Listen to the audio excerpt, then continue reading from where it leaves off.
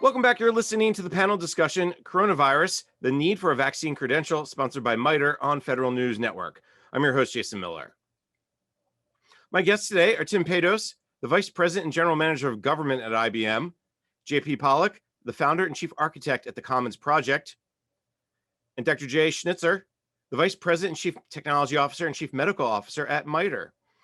Gentlemen, before break, we were talking a lot about the equity issues. We also we got a great discussion from Tim about how a QR code works, which was really fascinating.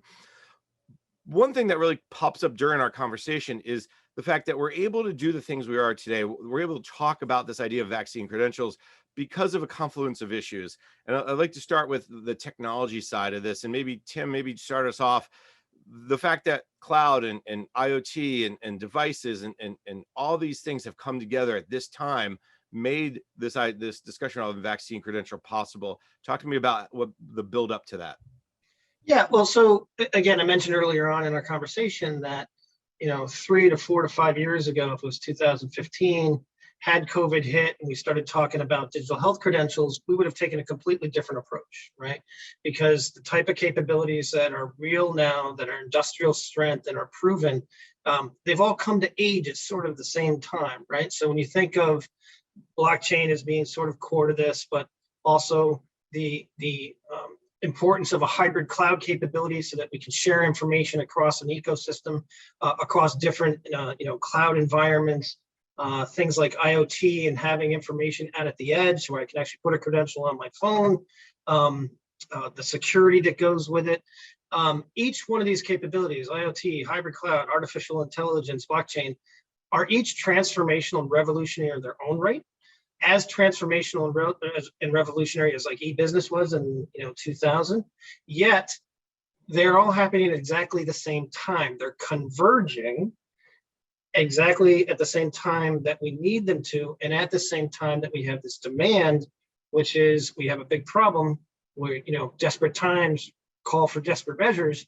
We have this demand for this type of capability at the same time as convergence is happening. So it's more luck than anything else, but it puts us in a good spot to be able to address these issues. Yeah, this is JP. I'd love to speak to that demand side of it for a minute. I've been working in the space of personal health technology for years, sort of helping people try and get access to their health information and do good things with it.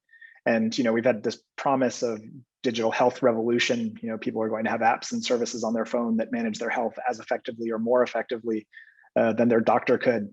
But for a whole host of reasons, we haven't really gotten there. And one of those reasons has simply been demand and adoption on the part of the people who would use these apps and services. It's just not the sort of thing that people wake up thinking, I wish that I had all of my health information on my phone. Boy, would that save me a lot of trouble, right? But suddenly what we've seen during the pandemic are a whole host of situations where I actually really want to have my health information on my phone.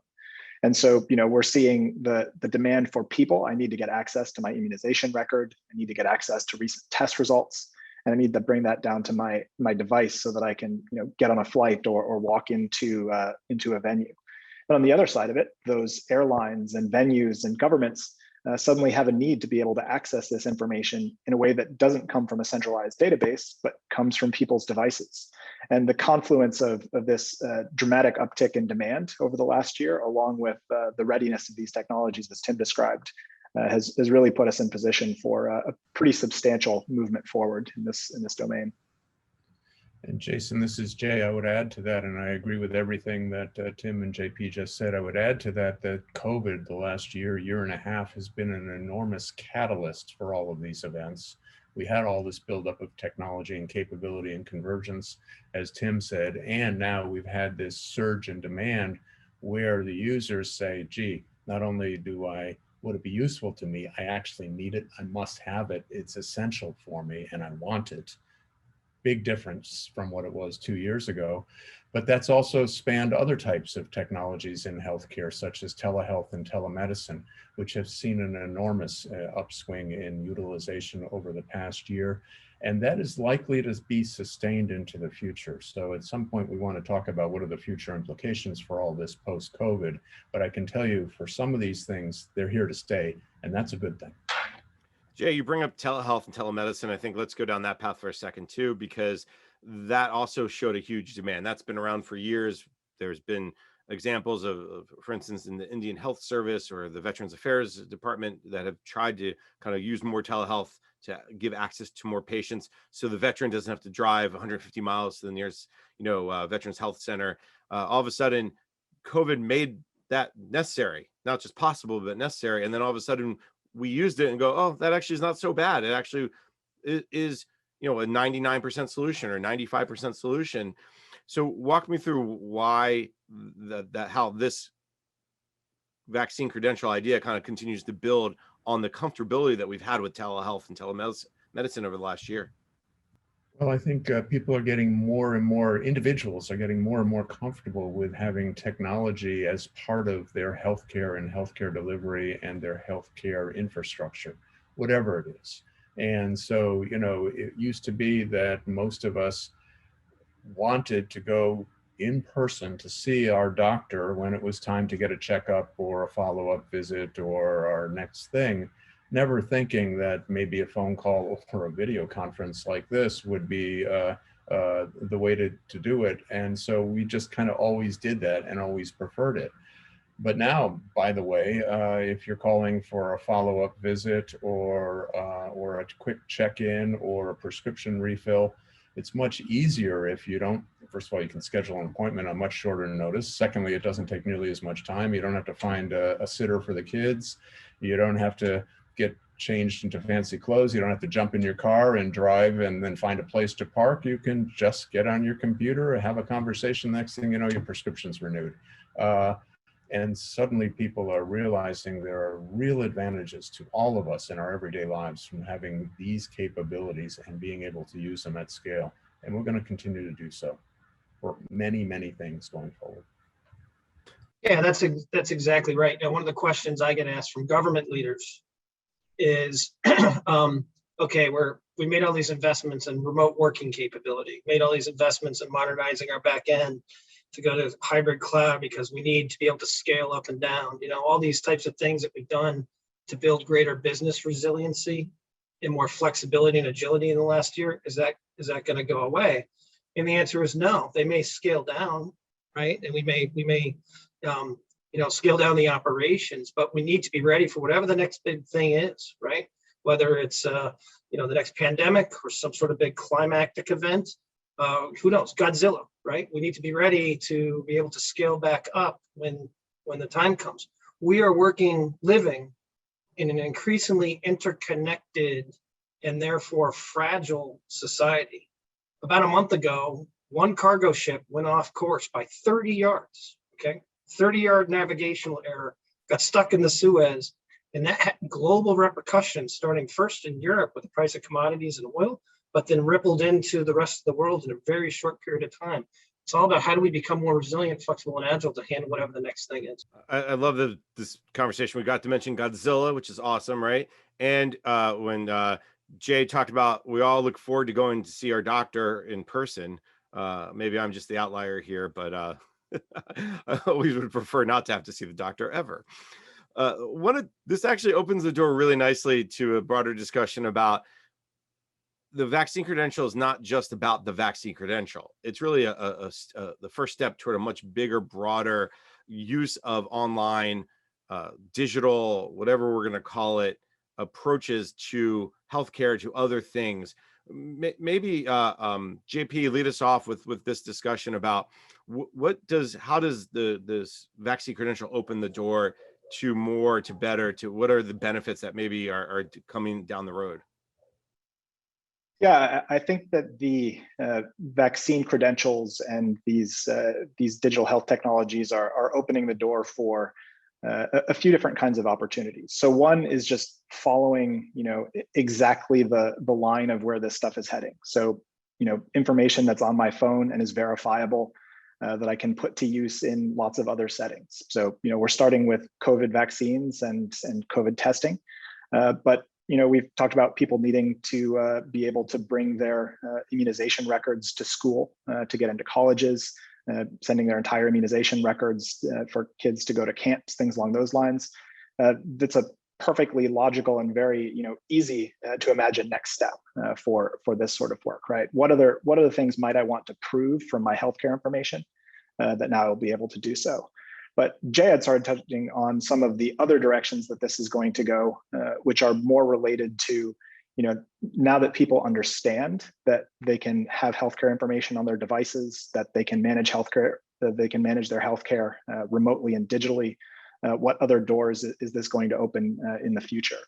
And many of those are some of those promised digital health technologies that we've talked about. So, we've seen good progress in the diabetes management space, for example, apps on your phone that consume vast amounts of information about your diet and exercise and blood glucose levels. Can use predictive algorithms to help you understand, what you should be doing throughout the day to maintain balance and, in some cases, even improve your condition. And we've had a few limited examples of this, but as people start to get access to more information and start to become more comfortable with digital services, I think that we're going to see a lot of that moving forward. And one of the great benefits of this is that, well, today those early services may be focused on the smartphone owners and those who are, receiving care at top flight institutions. The marginal costs of these digital services over time become extremely small. And this is an effective way to roll out extremely inexpensive care to the long tail of folks who over time are going to increasingly be having access to smartphones and digital technologies. And to Tim's prior point, these technologies exist here today. We're not talking about having to develop them 4 years into the future. So the rate limiting step is not about the technology side. It's about whether or not the users are ready to use them and adopt them. And so to JP's point, that's happening more and more. So each of us are thinking more and more about what can we use this handheld device for now that we understand how powerful it has been in the last 12 months with COVID. And COVID has been the catalyst for all of this. We talk a lot about the silver lining in this last year and a half of the pandemic, and obviously it was a tragedy for a lot of people. But I think you have to look at the future too, and look at that the benefits and the good things that have come from that sense of urgency. Tim mentioned earlier, don't let a good emergency go to waste, so to speak. Desperate times call for desperate measures. We're just about out of time, but I wanted to just bring Jay back in the conversation as the resident, maybe doctor on the panel today. This must be very exciting for you, both from a medical perspective and a technology perspective.